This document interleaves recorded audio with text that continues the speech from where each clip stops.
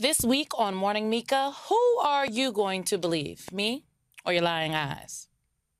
You had a peaceful, very peaceful. I left the morning that I was supposed to leave. I went to Florida, and you had a very peaceful transfer. A peaceful transfer of power. That's Donald Trump telling Americans what they saw and heard on January 6th never happened. It comes as the presidential contender threatens to deploy the military to target left-leaning Democrats, or, in his words, the enemy from within. But just like their dear leader does, J.D. Vance, MAGA Mike, and the post-truth Republican Party will look you straight in the eye, and they'll tell you there's nothing to see. And that's exactly why Vice President Kamala Harris is bringing the receipts.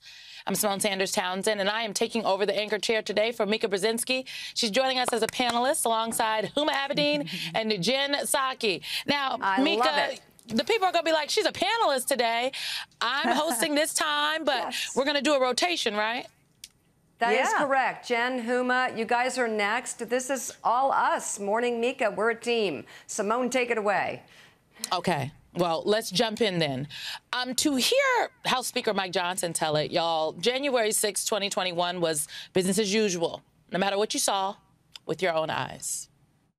The point is the process works. We have the peaceful transfer of power. We did in 2020. We will in 2024. A peaceful transfer of power? I witnessed the then Vice President-elect Kamala Harris being evacuated from the DNC building because a live bomb was outside. I saw a deadly insurrection unfold on national television. Police officers beaten with American flags, a violent mob yelling, "Hang Mike Pence." What about the governor of Virginia, who is defending Donald Trump by telling you not to trust your own ears? I'm talking about Donald Trump saying that he wants to use the National Guard and the military to go after the left. That's what he's saying. I don't believe that's what he's saying. But listen, you and I are going to argue about that. But I would suggest if you would also. I played the quote and I read it to you. If you would also balance you can wish that he weren't saying that, but that's what he's saying. Wow. Jake Tapper just couldn't believe it, and neither could I. That, y'all, gets to the heart of what I wanted to talk about today. The lying, the gaslighting, the whitewashing, the systemic dismantling of trust in American democracy. It has gone so far that the Democratic nominee for president is compelled to do the fact-checking herself.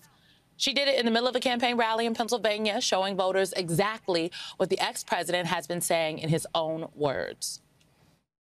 Here tonight, I will show you one example of Donald Trump's worldview and intentions. Please roll the clip.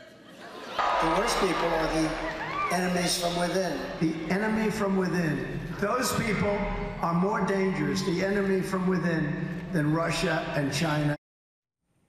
The fact checks did not stop there. The VP was forced to do it again during a sit-down interview with Fox News when the network attempted to play what can only be described as a misleading clip about those exact threats from Donald Trump.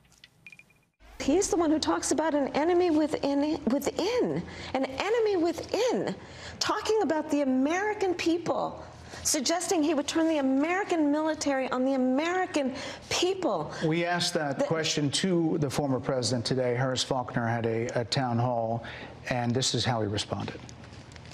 I heard about that. They were saying I was like threatening. I'm not threatening anybody.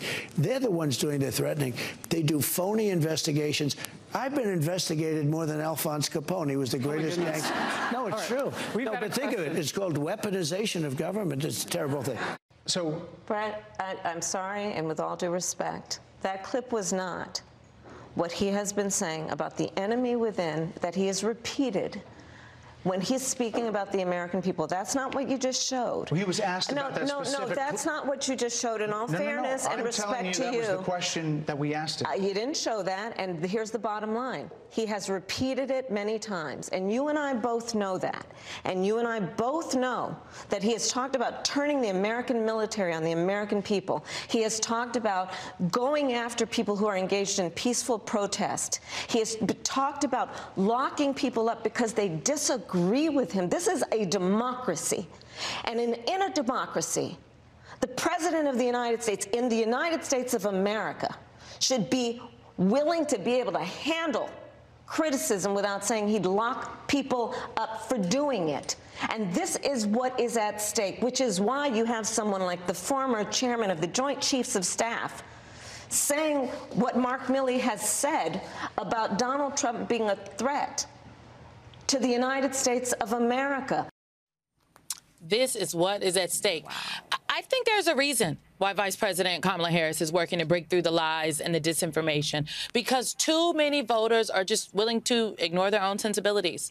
Too many people are willing to believe that Donald Trump won't do what he's actually promising, or people believe a media ecosystem that's putting up a smokescreen of disinformation. So there's that. And then there's also these Trump allies who are taking new and just very dangerous steps, y'all. According to the Miami Herald, Governor Ron DeSantis' administration is threatening to criminally prosecute Florida television stations if they do not stop running a political advertisement that features a brain cancer patient who was unable to get the health care she needed because of Florida's abortion ban.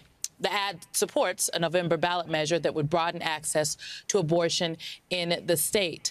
Trump himself has repeatedly threatened to investigate news networks, including this one, over coverage he didn't like. I wonder if it is about time that we take Donald Trump and his allies both seriously and literally. Nika, just what do you think? I mean, well, first of all, I think that was beautifully laid out. We're at a tremendous, dangerous turning point in this country, depending on the outcome of this election. And what we have seen in real time in the past week is enough to make anybody who has had any experience with any type of fascist, totalitarian, or dictatorship type of regime shudder. Shudder. Because what we have right now is a man who repeatedly lies and is also saying what he's going to do. So he lies about people and who they are and undermines the essence of our diversity. At the same time, he says things like we're going to have a day of violence to solve all the problems in his presidency. He calls January 6th a day of love.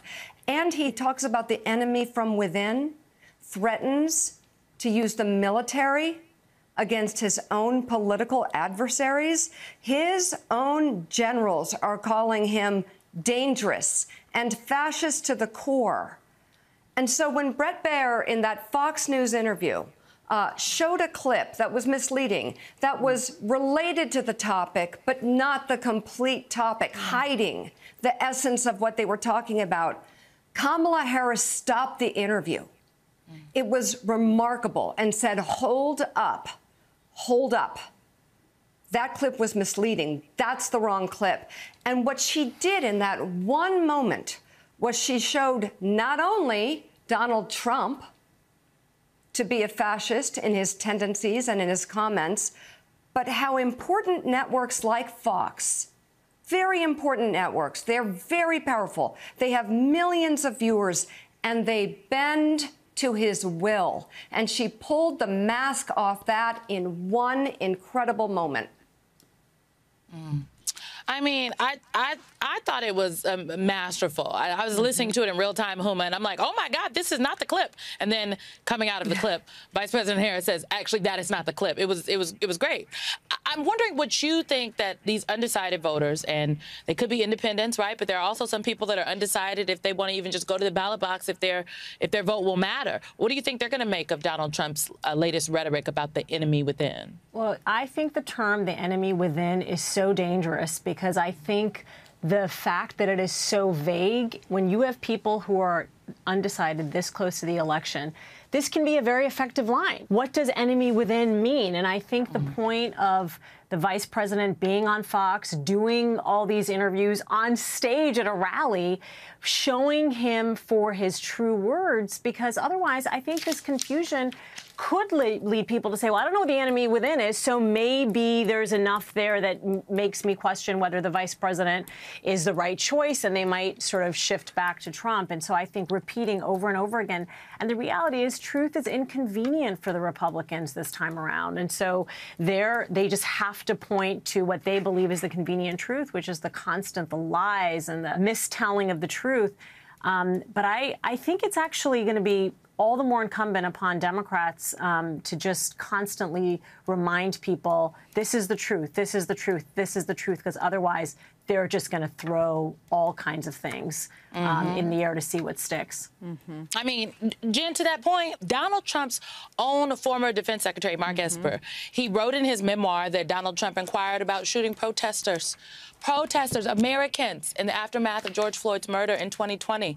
Now, Esper, he declined to elaborate he even further, but this doesn't mean that the next person will decline to do what Donald Trump has asked them to do. Esper, and it's my understanding, given the memoir, the people in the room, they were like, we don't think so, Mr. President, but Donald Trump's not going to surround himself with those people the next time if he's elected. No kidding. That's the whole point, right? That he's going to surround himself with yes men and yes women and people who are going to deliver on all of the things that he is telling us he is going to do. And we've seen that. I mean, look at his selection for his running mate. Even that story, right? As we all know, there's a reason why his former vice president is no longer his running mate, because the guy, as people were chanting, hang Mike Pence, Trump did nothing. Now, J.D. Vance is there in part, I think, because he basically said, sure, I'll follow you down the road of fake electors. I'll do that again. Those are the kind of people that Trump has made very clear he would surround himself with. And that should scare the crap out of us more than what he did even in 2016. One thing I would just add, because no one knows, none of us know the vice president as well as you do, Simone, is I think she seemed to really love doing that contentious-ish interview. She seemed to revel in it, which I think was such a great part of it to watch. So more Fox, I guess. I think I think she knew that it was going to be maybe a little more, not combative, but I think she probably knew that Bret Baier was going to come with a little energy. Yeah. I don't think she knew. I encourage people to look at all the blinks after he's interrupted her so many times. Yeah. She's like, okay, this is what this is. Great. We're here. Happy to be here. I was floored by, let me just say, I was floored and surprised by Bret and his tone in that interview. I have also, Mika, just been surprised by, like, so many Republicans that have stayed silent or even just attempted to downplay Donald Trump's comments. J.D. Vance, but to Jen's point, we shouldn't be surprised by J.D. Vance. That's why he's there. But Governor Youngkin, I mean, Jake Tapper is reading to him what Donald Trump said, and he's like, I don't believe he said that. Right. That's the Trump apologist playbook. And there are a lot of Republican so-called leaders who are doing that. And here's what they're doing. Maybe they don't really have a clear picture. They are voting against themselves. They are speaking against themselves and their oath to the Constitution. And they will be hurt in this as well. That's what's shocking to me, is how blind they are to what they are doing to themselves. Their freedoms are going to be taken away as well. That's what they can't figure out, that this guy ultimately ends up turning on people when they don't bend to his will.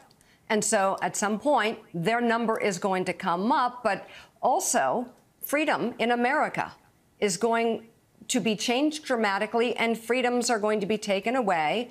And what appears to be a democracy will look a lot less like it as every day goes by. We are supposed to preserve and protect this democracy as Republicans, as Democrats, as citizens of this country. That is not what Donald Trump sets out to do.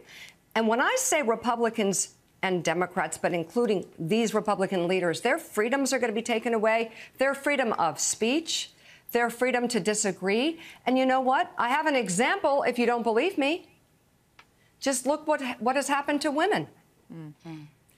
Our freedoms, 50 years of freedoms to health care that is life-saving, has been taken away. And because of Donald Trump and the promises he made, and he's making many others right now, we don't have access to abortion health care. And in some states, women are bleeding out, becoming sterilized, forced to give birth to stillborn babies that they watch slowly die shortly after they are born. I know this is hard to hear, but this is what has happened because of Donald Trump, and even dying. Because freedom and access to abortion health care was taken away by this former president. So these Republicans are voting against their own freedoms when they support Donald Trump. The stakes are just so high, and I think when we talk about just how dangerous Donald Trump, a second Trump administration would be, how his unchecked power, people have this movie idea of what we're talking about, something very, very dramatic and that seems highly unlikely in real life, but Huma, this is real. So what else can the vice president do between now and Election Day to demonstrate to voters just how real and how dangerous this is, while also talking about her vision for the future? Because you got to do both. You have to do both. And, all of us know what it's like to run campaigns, be on the inside, be on the outside, doing the strategy, doing the proactive messaging. And you spend a lot of time focusing on, and especially when you have a candidate who has, she says herself, has only been in the race a short period of time. So she's really got to reintroduce herself, earn the vote of the American people, as she continues to say. But I think unlike past elections, because the threat is so severe, it's hard to hear Mika talk about what's happening to women in our country. But it is important to remind people. I think in the past, a lot of politicians have said, I'm going to talk about my proactive message. This is what I'm going to do to improve our economy, to improve healthcare, to improve education. And a lot of times you ignore the nonsense, because the nonsense is the nonsense. What we learned in 2016 is the nonsense is actually a threat to democracy and our lives, and that she has to do both and. She's doing that with these rallies, showing him, using his words. I think that's very effective. She's going to have to do, I think her whole campaign's going to have to do both and every single day at every rally. This is what I'm going to do, and this is what he's going to do. And it needs to be scary, because it is. It's our life. It's our democracy. It's the future of our children. Yes. Jen, we talk a lot about Donald Trump threatening the freedom of the press, threatening everyone's freedoms. And in that interview with Bret Baier, the vice president literally said, in a democracy, a president of the United States should be able to handle criticism without saying he will lock people up. Some of the people he's talking about, he and his allies regularly talk about locking up, are journalists. He's talked about taking away licenses from organizations from news organizations like CBS or even this one. So you used to be the White House press secretary. You were a great White House press secretary, to be very clear. Talk to us about just how sacred, first of all, the relationship is between a White House and the free press, and just how bizarre it is that a former American president is saying what Donald Trump is saying. Well, thank you for that. And also, I mean, you and I came into the administration under Biden and Harris together at a time where we were inheriting the Trump world, where they were attacking the press. He was calling the press liars, enemies of the people. And I think all of us experienced or tried to be a part of an effort led by the president and the vice president of rebuilding that trust. I think it's important for people to remember, though, that part of a democracy, right, is this freedom of the press, is a healthy back and forth, are arguments that happen in the briefing room, or arguments that happen on the phone, or even contentious interviews. That's a part of the role of the press, is holding government and of public officials accountable. And that's what you're seeing play out in interviews like the one Vice President Harris did, or when I had contentious briefings, or Simone, when you had contentious interviews or conversations with reporters. That's an important part of democracy that doesn't exist in so many countries around the world. The other thing I would just say, and I spent a couple years at the State Department, we've all been covering and talking about crackdowns around the world, whether it's Viktor Orban or Putin or others.